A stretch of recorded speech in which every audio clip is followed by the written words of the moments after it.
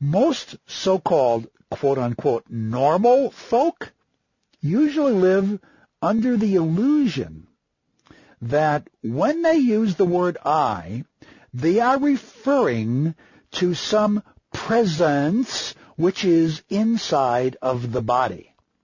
And they say, for example, I can feel my foot. I can feel my nose. I can feel my hand. I can feel the hot tea going down my gut. I can feel that my stomach is upset. I can feel this. I can feel that. I can sense this. I can smell that. I can hear this. And all that is associated with some kind of awareness. But is that awareness in the body? I want you to kind of imagine the following scenario. You're in a room, and in that room with you is this humongous elephant. And it's so big that you wish it would kind of go away. So you figure out a way that you can make it invisible. You lower the lights in a certain way. You do something so that that elephant, something kind of like disappears from view. It's still there, but you kind of ignore it. You're ignoring the elephant in your own room.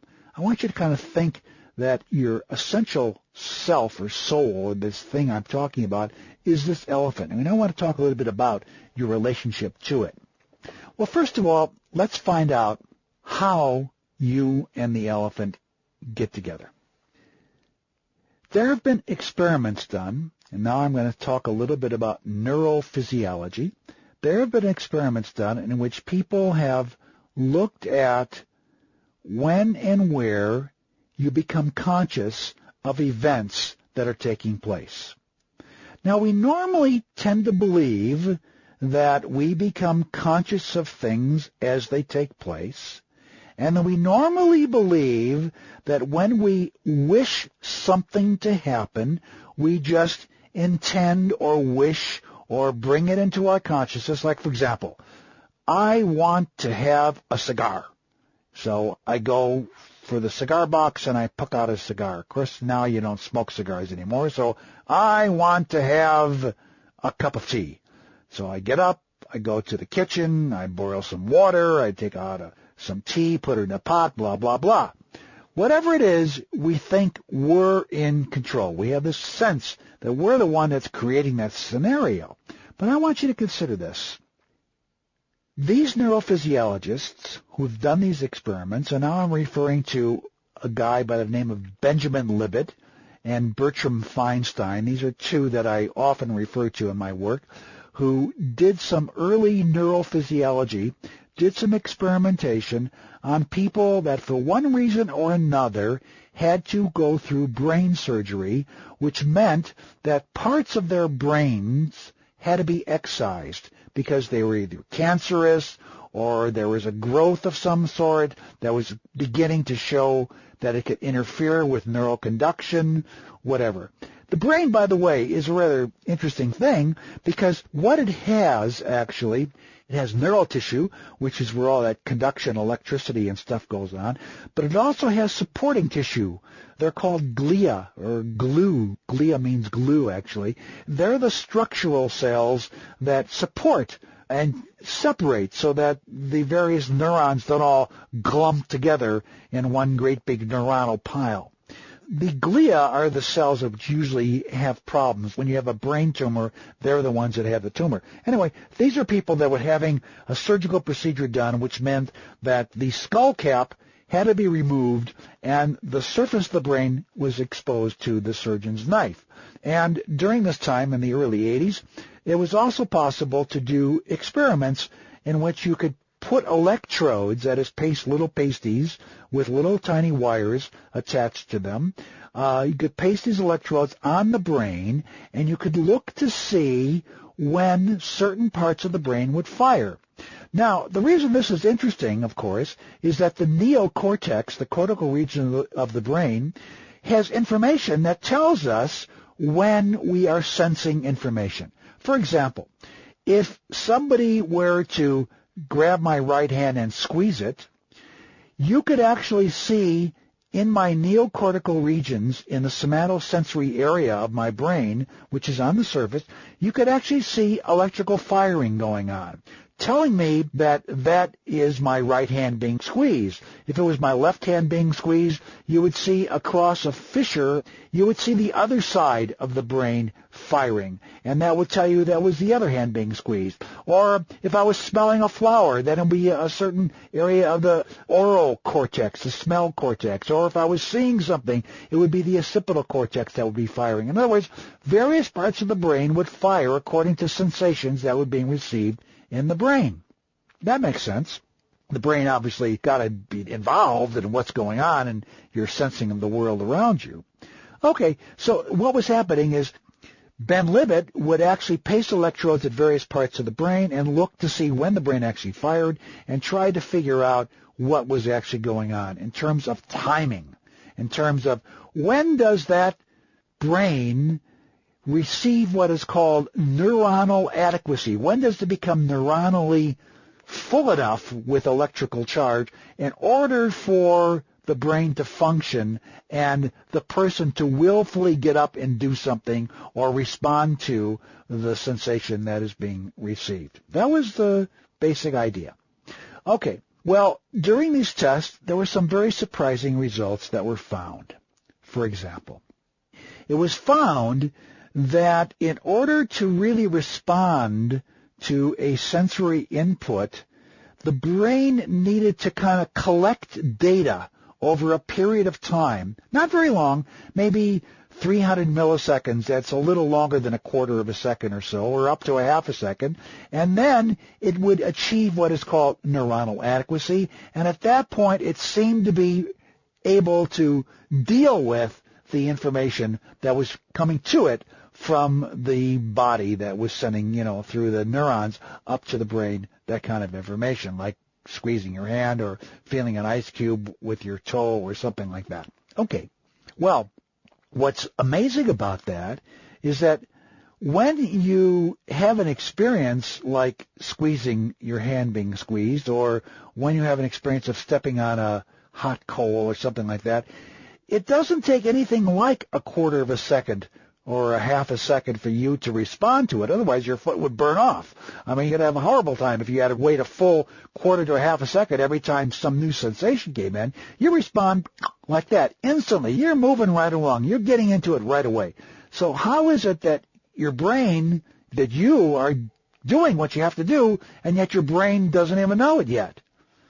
Whoa, this began to be a kind of a mystery. What was going on there? What was causing you to not be aware, or to be aware when you're not aware? Or, wait a minute, you're aware, but your brain isn't aware. How can you be aware when you're in brain? What's going on there? What's going on there? That was quite a mystery. And then there were certain experiments that showed, indeed, that if you interfered with the time of neuronal adequacy in the brain, you could actually anesthetize the brain, and the person may not even respond or get that his hand was being squeezed, or he was stepping on a hot coal or an ice cube or something like that. You can actually cut that off. In fact, anesthesia is designed to do just that. Well, so this is rather interesting. People respond very quickly when they respond, even though their brains haven't had time to integrate all that information, which is kind of a mystery. And they can not respond if later, after the incipient disturbance, if the brain is anesthetized in some way, they don't respond. So what's going on there? How can you respond instantly, and then if a quarter of a second later something happens to your brain, you don't respond instantly a quarter of a second earlier?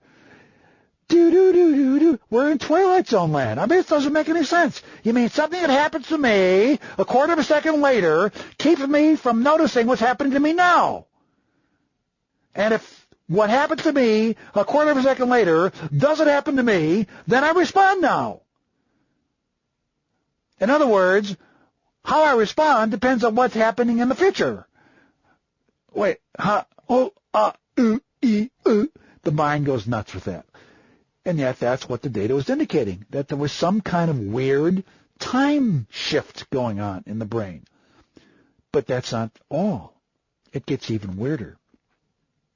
What happened in other experiments was the following. Libet asked people, okay, we want to see when your will, when your intent, when you want to do something, when that actually enters into the equation, when your brain responds to that. We want to see that. Here was the test. Very simple. I'm going to flash a light on the screen.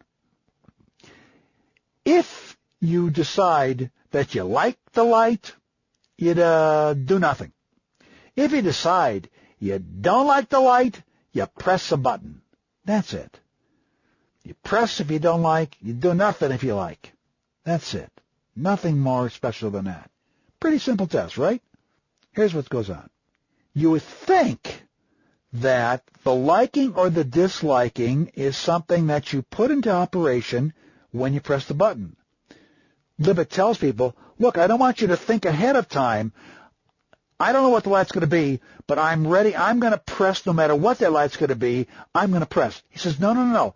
You have to really make a judgment call based upon what you see at the moment that you see it. You can't make that judgment call based upon, I'm not going to press the next time. 2 times after that, I am going to press. You can't plan ahead, so to speak. He says, you got to call it when you see it. That's it. Okay. So people said, all right, we'll do that. Presumably they're doing that. So here's what happens. Libet notices that before the light goes on, as much as a half a second before, the brain is already making up its mind. It knows it's going to press or not press the button. And the person is only doing what the brain is telling it to do, or something in the brain is telling it to do, or something is telling it to do, well before it knows it's doing it. It's kind of like what I call riding an elephant. You're on top of an elephant. You're a little guy. You're the ego guru. And you're riding the elephant. And you have a little stick in your hand. And if you want the elephant to turn to the right, you tap the elephant on its right ear. If you want the elephant to turn to the left, you tap the elephant on its left ear. So you can direct the direction. You can tell the elephant which way to go. The only problem with this whole scenario is even though you think you're the one that's deciding, go to the right, go to the left, you're not. The elephant is already going, and then you tap. It's almost like the elephant is communicating with you psychically and telling you, we're going to the right, and you're getting a thought, I'm going to choose to go to the right. Or the elephant saying, we're going to the left, then you think, I'm choosing to go to the left. But it's an afterthought. You're just riding the sacred elephant. You're just riding your own elephant. You're just riding, you're going along for the ride, but you think you have the illusion that you are in control. This is the way it seems to work. It's, oh, yeah, that's a good idea. Let's go in that direction. I am the king. I'm the one who made the decision to go in that direction. But you ain't. So now we're getting into the mystery a little more. There's something going on, clearly, that isn't you, not at least the you think you are. It ain't your ego, and yet it is very much associated with you. I call it your elephant, if you will, your sacred elephant, and it is really the one that is moving you into the different directions you go. Now the question is, what's your relationship to that elephant? Or, better put, who do you relate to, the elephant or the ego that rides the elephant? Because it turns out that that's something that your consciousness is capable of doing. It turns out that you have a power. This power is really powerful. And that power is to associate yourself with either the elephant or the guru riding the elephant. And it turns out that it appears to be more fun for people to associate with the guy riding the elephant than it is riding with the elephant. It may not be the case, but it turns out that it seems to be that way. It's called, if you will, the Stanislav method of spiritual acting. You know, there are 2 ways to act.